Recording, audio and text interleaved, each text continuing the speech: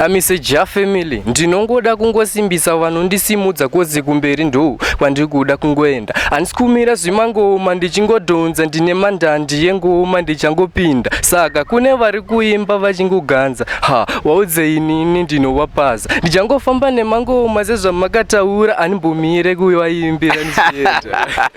Icona, once again, thank you so much for choosing Check with me right here on the particular space where we get to call Ghetto Got Talent. Remember also the name is One Nash the DJ. Join me now is JAH family, Jamuri baba. Magambori translator is jarenyu kurisa kushona. Yeah. Rengeri chiti chi. Juso sezva buku taura sekuda. Semuridzi wacha mukwaso. But it's still bo Jamuri. JAH family. So JAH family quoting from freestyle matanga gundipa ere mdare. Mati mune vamuri kuda unoita sei vamuri kuda unopwanya vane chigaro zvawakagara. Yeah. The legs off. Yeah, anongoti wapfana twese turi kungodai twese tuchidzika anongoti tupi kuitoro chimboti pa 3 yetu wapfana twachina turi kuda kungodzikiswa na JAH family. Aini wana madedido wana lipo wana kuna ngala. Madedido lipo kuna ngala. Hands watch out for the space from the man himself. JAH family. JAH family matanga kurowa ndandidzi.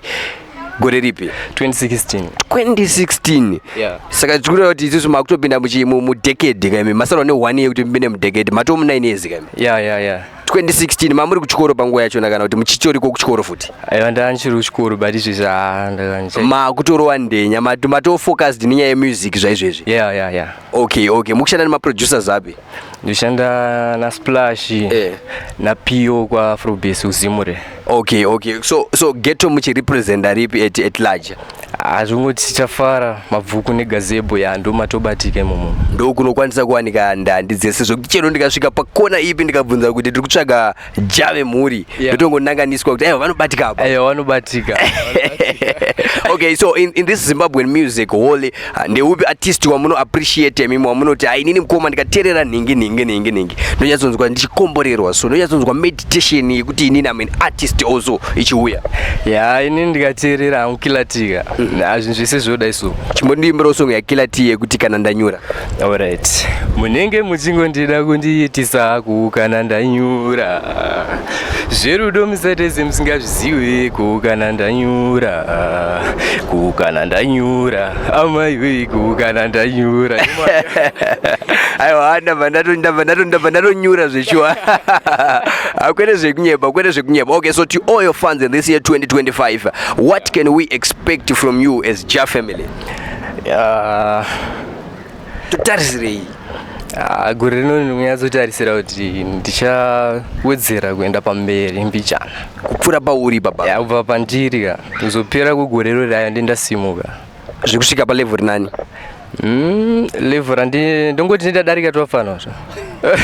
Nemadarika libo kona ngale. Wisani ndowasiya vanenge vamashure kwangu vautira mukoma wavo. Nevane mabhima nemawadarika. Mabhima achatotora. Kwete zvekunyeba. Kwete zvekunyeba. Okay, so your last word to your fans. Inini nongoti mafanzi ndokukumbira support yenyu. Support kuna JAH family Chimondoro maiziya. Ndori kwesera Chimondoro. Chimondoro ndokuti kana tasvika zveshuwa ayo tichada kupedza masports. Okay, vanozoda ndandi pama social media platforms vanokwanisa kudzibata papi? Vanofanira kunibata Facebook JAH family. Pese unongoti JAH family ndobatika. Ndo patro kwanisa kuwana ngoma dzenyu.